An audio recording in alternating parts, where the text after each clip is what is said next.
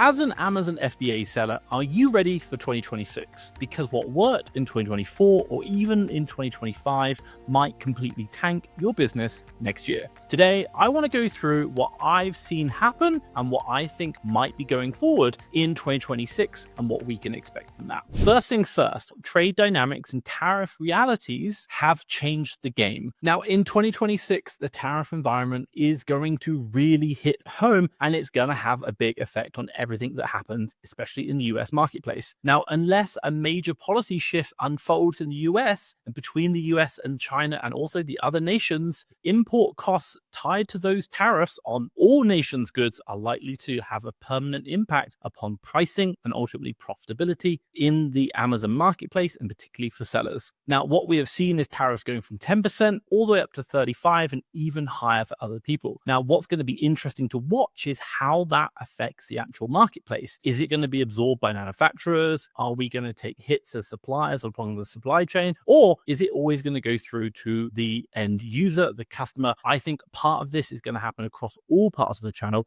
and it'll be interesting to see what happens. Now, there is the possibility of escalation in regards to the tariffs if further issues arise, but I don't think that's going to happen. But I do think the tariffs are here to stay. Now, one of the big impacts we're seeing behind the tariffs and behind the scenes, and we're hearing a lot of talk about it, is particularly moving manufacturing away from China to places like Vietnam, India, and Mexico, even Turkey, and even coming onshore into the US. That is something that we may see, which obviously will have an impact because of those tariffs are causing China to be very expensive. Meanwhile, we've heard a lot about nearshoring happening, which is the process of moving manufacturing onto the US, and we're likely to see more of that in 2026. And this is especially likely to happen for bulky or high cost import items that maybe originate from China or even outside of that, whereby it's just more cost effective to bring it onshore into the US. The resellers that thrive are going to be those who are building resilient supply chain networks, pricing intelligently and preparing for the ongoing trade volatility and adapting fast rather than banking on relief. Now, the second part we're seeing, and we saw a lot of this back in 2024, late part, and also 2025, is the ongoing crackdown on unauthorized reselling. Now, Amazon is expected to further strengthen its protection for brand owners and tighten its marketplace standards around product authenticity. In 2026, resellers are likely to face stricter requirements to prove that their inventory is legit and sourced through approved channels. Programs such as the brand registry, transparency codes, and brand gatings, we're going to see more of this going into next year. Now, many brands already have the ability to restrict listings, remove counterfeit activity, remember Section 3s, and part of this control is going to expand further into 2026. This is going to allow brands to operate more of the closed system.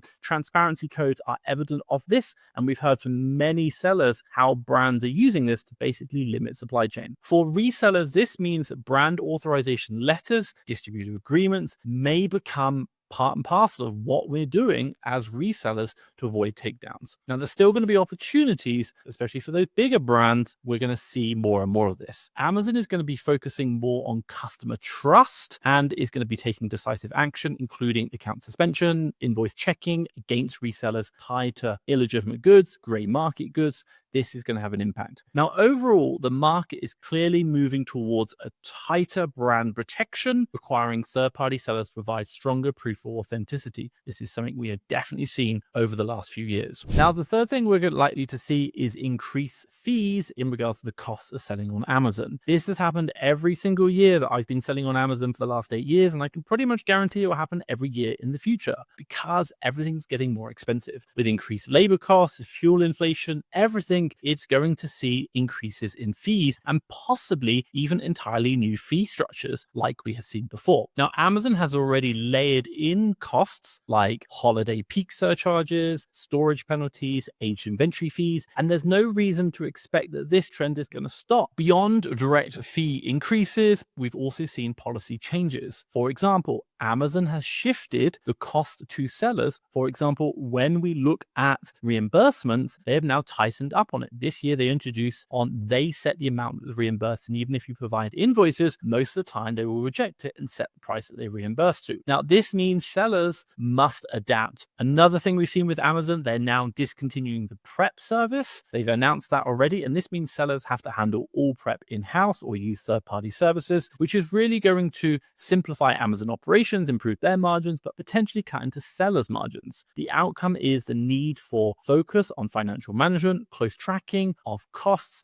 and frequent price reviews. Veteran sellers have talked about this time and time again. Operating profitably on Amazon is getting harder every single year because these fees are going up. And by 2026, smaller operations are going to quit. We see it time and time again. The number of sellers is decreasing, but those sellers who stay in there and become more efficient with better logistics, pricing, inventory will make more money because there is less competition. The fourth area we're probably looking at, again, is coming back to fulfillment and logistics. Starting in January 2026, Amazon's no longer providing the prep or labeling service. We talked about that before, but this is shifting the focus to sellers. Now, from that point onwards, sellers have to manage prep internally or work with external prep centers. Amazon's clear goal here is to have fulfillment centers dedicated solely to storage and outbound shipping, and as a result, compliant shipments may see faster processing times, fingers crossed, though incorrectly prepared items could face stricter penalties. Now, Amazon is also likely to expand programs such as the AWD, Amazon Warehouse and Distribution, helping sellers stage inventory offsite until it is needed. And additionally, seller fulfilled Prime may continue to gain traction as sellers enhance their logistic capabilities to meet Amazon's high standards for delivering speed and shipment volumes. Now, finally, multi-channel fulfillment and programs like Buy with Prime will continue to reshape the landscape, blurring the lines between Amazon orders and off-sales Amazon orders, and requiring resellers to become more logistics savvy than ever before. The fifth area, which is really interesting, and you may not know this as a reseller, is advertising and buy box competition. By 2026, standing out on Amazon is likely going to demand a larger ad budget than ever before and sharper pricing strategies. If you don't know, Amazon ad business right now is surging and is forecast to be pushing over $85 billion in revenue by 2026. That's a clear sign that more brands are heavily investing in visibility on the platform than ever before. For resellers of established brands, the challenge differs. This is going to affect private label sellers big, but instead of for resellers building demand, we're going to be locked in for a battle for the buy box, and when people are competing, especially using pay per click, it's going to have an impact. In buy box competition, our pricing, seller feedback, and fulfillment methods are going to be key. And again, we've really got to get on top of that. Now, the sixth area I want to talk about is regulatory changes and how this affects Amazon strategies. Now, looking into 2026, a key part of what we're seeing is uncertainty is whether regulatory or legal pressures will force Amazon to adapt. The FTC has an ongoing antitrust case which could eventually compel Amazon to ease up on certain reseller-related policies, such as restrictions around off-Amazon pricing and fee structures. For example, right now, Amazon requires all sellers to be the same price as on Amazon. This is not competitive and is actually a problem. If sellers or new rules arrive by that time, resellers might gain flexibility to lower prices outside of Amazon without consequences, or even benefit from reduced fees tied to marketplace fairness. Still, there's a strong chance these processes drag on way beyond 2026, delaying any immediate impact. In the meantime, Amazon is likely to keep leaning on the existing strategies already visible in 2024 and 2025. What does this mean? Extracting higher margins from marketplace activity while trying to fend off regulatory scrutiny. Now, the company has slowed its expansion of private label brands under that same pressure, which could relieve some competition, but we just don't know. Now, by 2026, Amazon is expected to further pivot towards being the underlying infrastructure, investing heavily in fulfillment, ads, and payments, whilst maybe relying on third-party sellers to keep the business flowing in sales. Now, we've seen this time and time again. The number of third-party sellers or the value of transactions by third-party sellers has increased every single year since they opened up the FBA program to third-party sellers. Now, value extraction for Amazon sellers is going to come mainly through, guess what? Service and fees. But sellers could also see expanded tools for compliance, pricing, inventory support, and programs like account health assurance. They're going to broaden. And obviously, we've seen right now Amazon Amazon is charging a service for them and even a percentage of revenue. Now, we talked a lot about the changes, regulatory, and what's going on, but the real question you might be asking, what are the opportunities?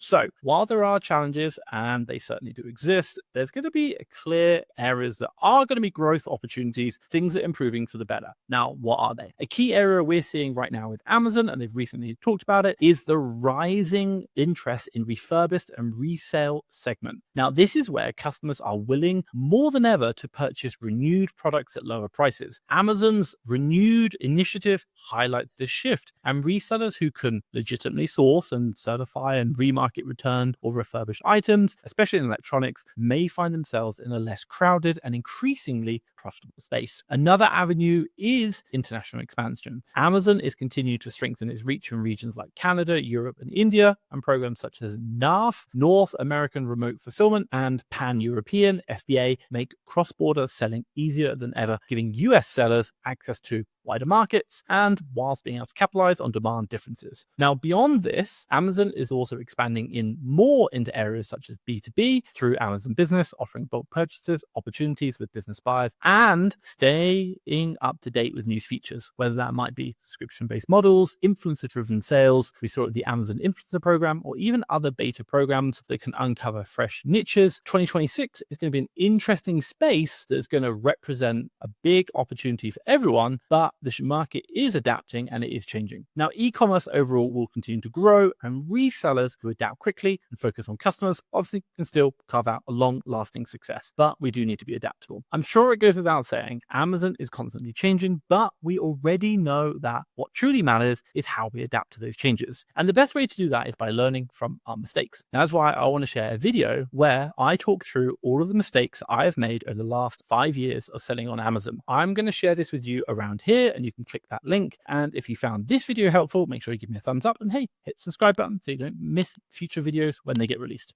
But for me, thank you very much.